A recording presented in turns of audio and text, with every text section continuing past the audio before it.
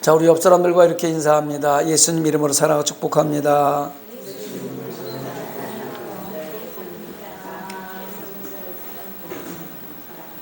저도 여러분들을 예수님 이름으로 사랑하고 축복합니다. 오늘도 동영상으로 예배드리는 성산가족 여러분, 여러분들을 예수님 이름으로 사랑하고 축복합니다.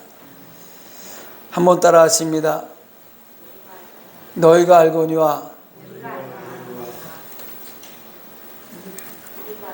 우리가 알거니와 다시 한번 합니다. 다시 합니다. 우리가 알거니와 하나님을 사랑하는 자 곧 그의 뜻대로 부르심을 입은 자들에게는 모든 것이 합력하여 선을 이루느니라. 할렐루야. 합력하여 선을 이루는 삶이 아름다운 삶이고요, 하나님이 기뻐하는 삶이고요, 세상을 변화시키는 삶입니다. 예수 믿는 사람들이 가는 곳에 행복이 있고 기쁨이 있고 즐거움이 있고 좋은 일이 있으면 많은 사람들이 몰려들게 돼 있어요. 그러니까 우리가 가는 곳에 날마다 합력하여 선을 위해서 행복한 삶의 주인공들을 되시고 많은 영혼들을 주께로 돌아오게 만드는 하늘의 별과 같이 빛나는 하늘의 면류관의 주인공들이 되시기를 예수님 이름 부탁을 드립니다.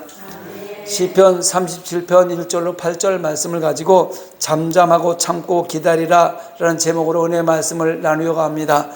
따라합니다. 잠잠하고 참고 기다리라. 옆 사람을 보면서 이렇게 한번 할까요?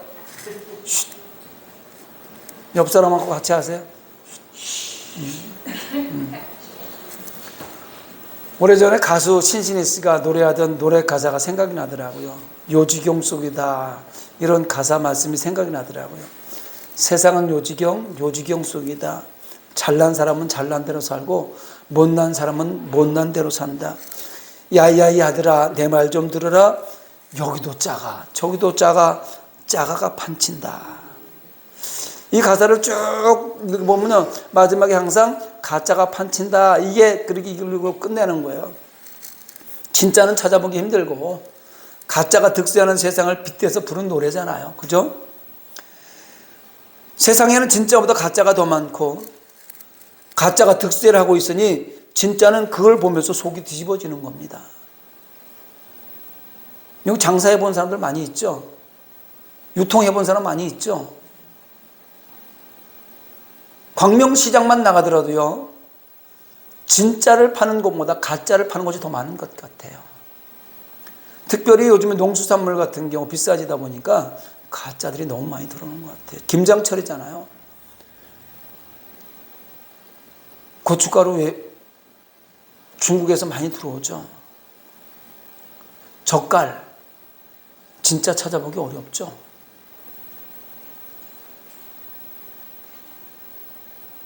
그런데 그냥 이거 수입산입니다라고 하고 판매하면 괜찮은데 국산입니다 이러면서 팔아요.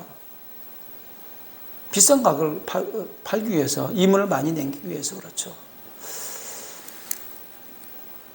중국 사람들이 그러면 중국산이 나쁘다고 얘기하면 중국 사람들이 나쁜 걸 먹을까요?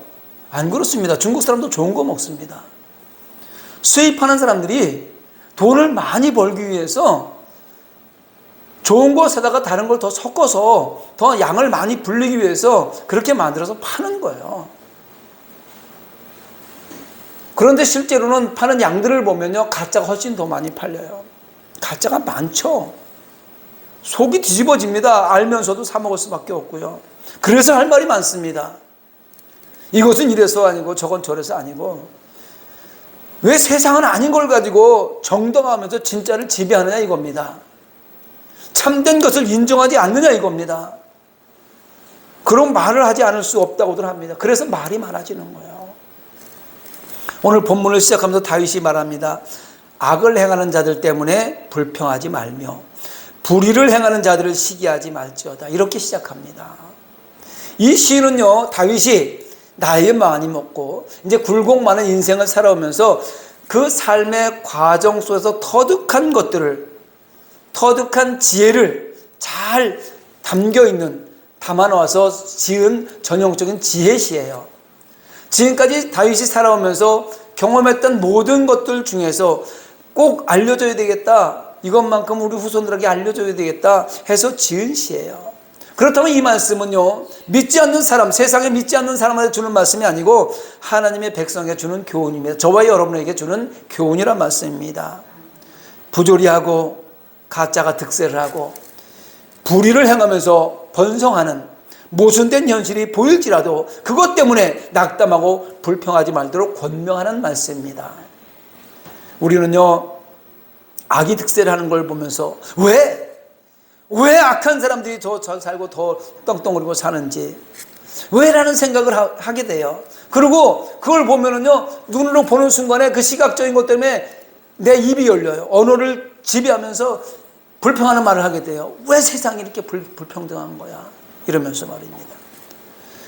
그런데 우리가 꼭 여기서 이쯤에서 성도들이 알아야 될 것들이 있어요. 이 세상에는요, 부조리함이 존재한다는 사실 인정해야 됩니다. 가짜가 진짜를 지배하고 불의를 행하는 자들이 훨씬 더 잘 살고 득세한다는 것을 인정하고 불평하지 말라는 거예요. 세상이 그렇다는 겁니다. 본문 7절 하반절을 보니까요, 자기 길이 형통하며 악한 꾀를 이루는 자 때문에 불평하지 말지어다, 이렇게 말하고 있습니다. 예수 믿는 하나님의 백성들이요, 불평하고 시기하는 이유가 세상 사람들이, 악한 자들이, 거짓말 잘하는 자들이, 가짜를 파는 사람들이 형통하고 번영하기 때문에 이렇다는 겁니다. 그래서 불평한다는 거예요. 하나님은 공의로우신 분입니다. 맞습니까? 그렇다면 악인이 형통하고 번영하는 것이 공의로 하나님의 섭리에 맞지 않습니다. 하나님은 착한 일을 권장하고 악한 일을 징계하시는 권선징악의 하나님이십니다. 그렇기 때문에 일반적으로 모든 사람들은요, 악한 사람들이 세상에서 잘못되는 것이 당연하다고 여깁니다. 나쁜 짓을 하면 당연히 그에 대한 벌을 받아야 된다고 여긴단 말입니다. 죄를 지으면 벌을 받는 것이 당연한 거 아니겠습니까? 성경도 마찬가지로 악인은 반드시 하나님의 심판을 받게 된다고 말씀하고 있습니다. 그런데 현실은 어떻습니까? 악인들이 형통하고 떵떵거리며 살아가는 경우가 너무 많습니다. 그리고 오히려 의인들이, 예수 믿는 하나님의 백성들이 고난당하는 일이 너무 많습니다. 그래서 유대인 랍비 헤롤드 쿠시노라는 사람이 쓴 책 가운데 선한 사람들에게 왜 불행이 오는가라는 책이 있습니다. 이 책의 제목에서 느낄 수 있듯이 의인들은 세상에서 어려움과 고난을 당하게 되어 있습니다. 여러분, 예수를 믿지 않는 세상 그 사람들은 잘 먹고 잘 사는 반면에 하나님의 백성인 의인이 고난 가운데 살아가는 것이 참으로 부조리합니다. 불공평하지 않습니까? 하나님은 공의의 하나님이시는 말입니다.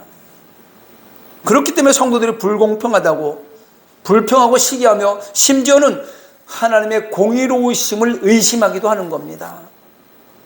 하나님의 백성들 중에서도 삶의 현실의 부조리함을 보고 하나님 없어요.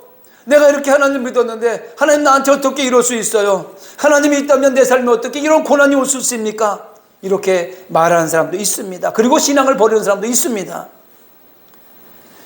하나님이 공의롭지 않다고 하면서 말입니다. 8절을 보니까 분을 그치고 노를 버리며 불평하지 말라, 오히려 악을 만들 뿐이라, 이렇게 말하고 있습니다.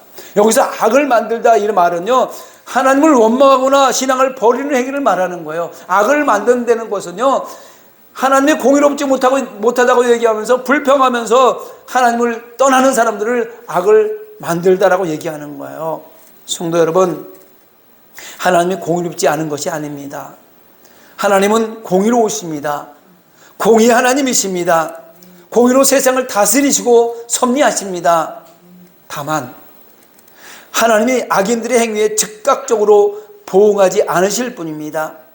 하나님은요, 사단이 범죄하였을 때 즉각 반응하여 멸하지 않고 세상의 마지막 때로 그 완전한 심판을 유보해 두신 것입니다. 공의 하나님께서 죄에 대해서 즉각적인 심판이 이루어진다면, 죄를 지었을 때 하나님의 백성들, 아니 세상의 모든 사람들이 죄를 지었을 때 즉각 심판한다면, 여기서 그 심판 아래, 그 하나님의 심판 아래 자유로울 사람이 과연 한 사람이라도 있겠습니까? 죄를 지었을 때 그 죄를 그 자리에서 바로바로 보응하신다면 여러분, 저와 여러분 여기서 한 사람도 자유로울 사람이 어디 있습니까? 로마서 1장 29절로 32절 보니까 곧 모든 불의, 추악, 탐욕, 악의가 가득한 자요, 시기, 살인, 분쟁, 사기, 악독이 가득한 자요, 수군수군하는 자요, 비방하는 자요, 하나님께서 미워하는 자요, 능욕하는 자요, 교만한 자요, 자랑하는 자요, 악을 도모하는 자요, 부모를 거역하는 자요 등등, 이 같은 일을 행하는 자는 사형에 해당한다고 하나님께서 말씀하셨어요. 그렇다면 우리가 이 지에서 자유롭습니까? 다 죽었어요. 만약에 하나님께서 그때그때 보응하셨으면, 그때그때 죄값을 치르셨으면 우리는 다 죽었단 말입니다. 여러분, 아주 특별한 경우를 제외하고는 하나님께서 즉각적으로 보응하지 않고 악인들에 대한 보응을 하나님의 시간까지 유보해 두시는 겁니다. 또한 세상에서 악인들의 득세하는 방치해 두시기도 하십니다. 그렇기 때문에 성도들의 눈에는 세상이 불공평해 보이는 거예요. 부조리해 보인다 이 말입니다. 하나님이 공의롭지 못하기 때문일까요? 그렇지 않습니다. 하나님의 원대한 섭리를 이루시기 위해서 이렇게 하나님께서 진행해 나가고 있는 것입니다. 디모데전서 2장 4절을 보니까 하나님은 모든 사람이 구원을 받으며 진리를 아는 데 이르기를 원하시느니라. 하나님은 모든 사람이 구원을 받고 진리를 아는 데 이르기를 원하신다는 거예요. 세상의 모든 죄인이 회개하고 돌아와서 구원받으기를 원하신 하나님의 사랑이 있기 때문입니다. 그래서 즉각 보응하지 않으시고 회개하고 돌아오기를 기다리는 거예요. 사랑하신 하나님은요, 악인이라도 그 악으로 인한 멸망당하는 것을 기뻐하지 않습니다. 세상의 모든 사람들이 그 죄를 깨닫고 회개하고 돌아오기를 원하시는 거예요. 하나님의 원대하신 계획 가운데 중요한 것 하나가 세상의 악함을 통해 당신의 백성을 연단하여 바른 길로 인도한다는 것입니다. 여러분, 세상의 악한 모습을 보면서 하나님의 백성들이 나는 저렇게 살지 말아야지, 나는 저렇게 살면 안 돼, 나는 하나님 말씀대로 살아야지, 진리 가운데 해야지, 이렇게 생각을 갖고 바른 길로 가기를 원한다는 말씀입니다. 그러므로 성도는 이 세상이 의인만 사는 것이 아니라 악인도 함께 살아가는 곳으로서 필연적인 부조리함이 존재한다는 것을 인정해야 됩니다. 가짜가 판친다는 것을 인정해야 되는 거예요. 그리고 성도는요, 악인들의 모습은 풀과 채소와 같음을 깨닫고 위로를 받으며 원망, 불평하지 말고 살아가야 합니다. 여러분, 풀과 채소는 빠르게 성장합니다. 금방 크죠. 무성한 것 같지만 한철입니다. 채소 같은 거 빨리 자라면 좋겠죠. 빨리 커서 빨리 먹으니까. 그런데 그 한철이에요. 지금은 뭐 하우스가 있어서 사시사철 다 나오지만 하나님이 주시는 어떤 그 상황 속에서 보면 채소와 풀은 한철이에요. 잠깐 있다가 불에 태워지거나 사라지는 것들이에요. 그래서 무성하게 보이던 그런 풀들도 겨울이 오면은요, 다 시들어서 흔적을 찾아볼 수 없습니다. 그래서 하나님께서 악인들의 운명을 뭐라고 그래요? 들풀이라고 얘기하는 거예요. 들풀. 들풀은요, 하나님의 시간이 오면 자연스레 정리되는 겁니다. 봄에 싹이 나서 여름에 무성한 것 같이 금방 크는 것 같지만 가을 되면 없어져요. 나무들은 그냥 존재하잖아요. 들풀들은 없어진단 말이에요. 성도가 세상을 어떻게 해보려고 노력하지 않아도 스스로 세상은 쇠잔하게 되어 있습니다. 하나님의 때에 하나님의 방법으로 말입니다. 성도는 이 땅에서의 삶의 순간순간 모두를 하나님께 맡기면 하나님은 우리를 빛 가운데로 인도해 주십니다. 본문 5절과 6절을 읽어드립니다. 내 길을 여호와께 맡기라. 그를 의지하면 그가 이루시고 내 의를 빛같이 나타내시며 내 공의를 정오의 빛같이 하시리로다. 너의 길을 여호와께 맡기라. 이 권면의 말씀은요, 부조리하고 불평등한 현실 가운데 살아가고 있는 성도가 어떤 삶의 자세를 취해야 할 것인가를 제시하는 말씀입니다. 가짜가 판을 치는 세상을 살아가다 보면 곤고하고 암울한 상황에 처해 성도로서의 삶의 이유를 잃어버릴 때가 있습니다. 당혹스럽고 갈 바를 알지 못할 때가 있습니다. 꼭 이렇게 살아야 되나? 내가 이렇게 어렵게 세상을 살아야 되나? 한 번만 여기서 벗어나면 좀 잘 살 수 있을 텐데, 이러면서 당혹스럽고 어떨 때는 갈 바를 알지 못할 때가 있단 말입니다. 특히 세상 사람들은요, 형통하고 출세했다고 돈 많이 벌었다고 목에 힘을 주고 살아가는 것에 비해서 성도들의 삶은 점점 어려워지고 고난 가운데 처하다 보면요, 소망은 간대었고 좌절감만 느낄 때가 있습니다. 나만 이거 진짜라고 진짜를 갖다가 비싼 걸 갖다가 팔리지 않는 것 갖다가 해놓고 이거 진짜입니다 이렇게 얘기하면서 돈도 못 벌고 어렵게 사는 것을 자꾸 느끼다 보면 좌절감 느껴진단 말입니다. 이럴 때 극심한 절망감의 삶의 의미를 잃어버릴 때 다윗은 너의 길을 여호와께 맡기라 권면합니다. 따라합니다. 너의 길을 여호와께 맡기라. 여호와께 맡긴다 이 말은요, 하나님께 성도의 삶 전체를 전폭적으로 의지하는 것을 말하는 겁니다. 작은 것은 내가 하고 큰 것은 하나님께 해달라 이렇게 부탁하는 것이 아니고, 크던 작던 모든 일들을, 우리의 앉고 서고 나아가는 모든 일들을 전폭적으로 하나님께 의지하는 것을 여호와께 맡긴다 이렇게 얘기하는 거예요.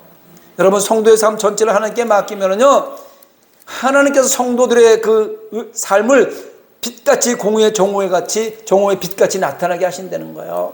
이 말은요, 성도들의 삶 가운데 드리워진 어둠, 곧 모든 어려움과 공고함을 제하여 주시고 결국에는 승리의 계가를 부르게 해주신다 이 말입니다.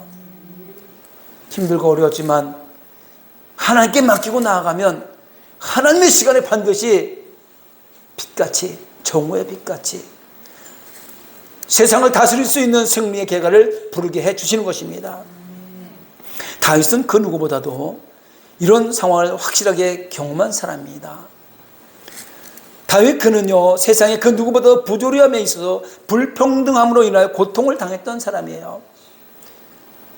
어린 나이에 엘라 골짜기에서 블레셋 장수 골리앗을 물리치고 나라를 위기에 구했으며, 사울왕이 악령으로 인해 고통 가운데 있을 때에 악기를 연주하며 그의 심신을 달래주었습니다. 다윗, 그에게는요 악한 모습은 찾아볼 수가 없었습니다. 그러나 인본주의적 욕심으로 가득 찬 사울은 다윗에게 반역죄를 뒤집어 씌워 그를 죽이려고 했습니다. 다윗은 이 일로 인해서 자그마치 10여 년간 말로 표현할 수 없을 정도의 고통 가운데 살았습니다. 그러나 좌절하지 않고 하나님을 신뢰하며 자기의 길을 하나님께 맡겼습니다. 비록 많은 시련 가운데 있었지만 하나님은 다윗으로 하여금 최후의 승리자가 되게 하셨습니다. 할렐루야. 사울의 뒤를 이어서 이스라엘 왕으로 세워주셨고 이스라엘 역사도 가장 위대한 왕으로 만들어주셨습니다. 다윗의 의로움은요 만천하에 인정되어서 정오의 빛같이 발하게 된 것입니다. 다윗의 이러한 경험을 통해서 오늘날 저와 여러분에게 자기의 길을 여호와께 맡길 것을 교훈하는 거예요. 잠잠하고 하나님께 맡기라는 거예요. 베드로전서 5장 7절에도 보니까 너희 염려를 다 주께 맡기라, 이는 그가 너희를 돌보심이라. 우리의 염려를 하나님께 다 맡기면은요 하나님이 돌보아 주시는 거예요. 우리의 염려를 나를 위해 십자가신 예수님께 다 맡기면 예수님께서 우리를 돌보아 주신다는 겁니다. 여러분의 길을 하나님께 전적으로 맡기시기 바랍니다.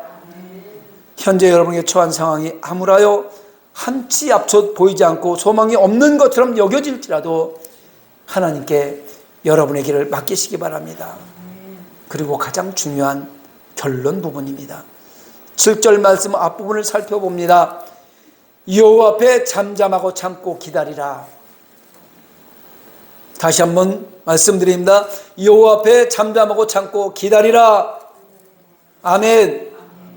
여호와 앞에서 끝까지 참고 기다리는 성도가 최후 승리자가 된다는 것입니다. 여기서 잠잠하고에 해당하는 원어는요 담함이라고 하는데 벙어리가 되다, 조용하다, 침묵하다 이런 명령어예요. 명령어라면 잠잠하고 라는 뜻이 명령어예요. 조용히 할래? 물어보는 것이 아니고 조용히 해.